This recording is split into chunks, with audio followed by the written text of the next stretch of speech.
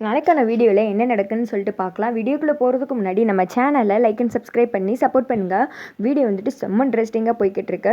First சீனில் வந்துட்டு அறிவுக்கு அந்த பொண்ணு பார்க்குற ஏற்பாடு நடந்துட்டு இருக்குல்ல, அந்த இடத்துக்கு ரத்னாவையும் கூப்பிட்டு போகிறாங்க. அங்கே வந்துட்டு பரணி, சண்முகம் எல்லாருமே இருக்காங்க. அப்போ வந்துட்டு அந்த பொண்ணு கேட்குறாங்க, ரத்னாவை பார்த்து முறைச்சிக்கிட்டே, இது யாருங்க அப்படின்னு சொல்லிட்டு கேட்க, அதை பார்த்ததும் வந்துட்டு அறிவு சொல்கிறாரு, இவங்க வந்துட்டு நான் வேலை பார்க்குறேன்ல அந்த ஸ்கூலோட ஹெச்எம் இவங்க தான். அது மட்டும் கிடையாது, இவங்க பேர் வந்துட்டு ரத்னா அப்படின்னு சொல்ல, அடுத்து வந்துட்டு ரத்னா சொல்கிறாங்க, ஹாய் நீங்கள் ரொம்ப அழகாக இருக்கீங்க அப்படின்னு சொல்ல, அந்த பொண்ணு ரத்னாவை என்னமோ முறைச்சிக்கிட்டே தான் நின்று பார்த்துக்கிட்டு இருக்கு.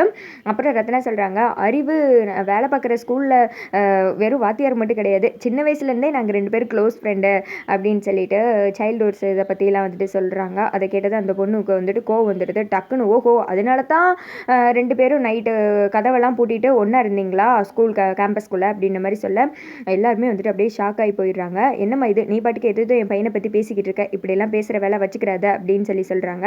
நான் எங்க தேவையில்லாமல் வந்துட்டு போய் பேச போகிறேன், இப்படியெல்லாம் நடந்திருக்கு தானே அப்படின்னு சொல்ல, என் பையன் என்கிட்ட இதை பற்றி எல்லாத்தையுமே சொல்லிட்டான்.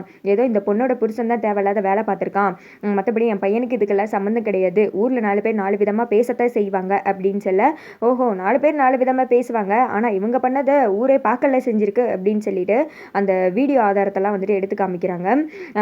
நீ பாட்டுக்கு என் பையனை பற்றி தேவையில்லாததெல்லாம் வந்து பேசிகிட்டு இருக்காத, உனக்கு என்ன தெரியும்னு என் பையனை பற்றி இப்படி பேசிகிட்டு இருக்கேன், என் பையன் இதை பற்றி என்கிட்ட எல்லாத்தையும் சொல்லிட்டான், நீ ஏதோ வந்துட்டு தவறாக புரிஞ்சிட்டு இருக்கமா அப்படின்னு சொல்கிறாங்க. அப்போ இதெல்லாம் உங்களுக்கு தெரிஞ்சுதான் நடக்குது, எல்லாத்தையும் சேர்ந்து தான் வந்துட்டு மறைச்சிருக்கீங்க என்ன அப்படின்னு சொல்ல, என்னம்மா நானும் பார்த்துட்டு இருக்கேன், ரொம்ப ஓவரத்தான் பேசிக்கிட்டு இருக்க அப்படின்னு சொல்லிட்டு அறிவோட அம்மா சண்டைக்கு போக, இங்கிட்டு வந்துட்டு பொண்ணோட அப்பா சண்டைக்கு வர்றாரு.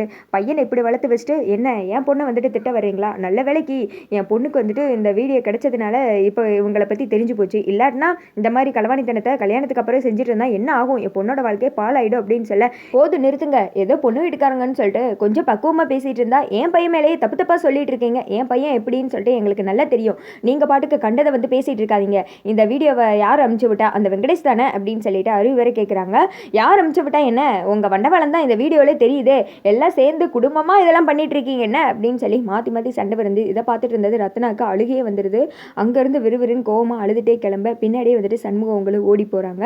பரணி வந்துட்டு அப்படியே முழிச்சு நின்று பார்த்துட்டு இருக்கு. அதோட பார்த்தீங்கன்னா வீடியோ முடிஞ்சிருது.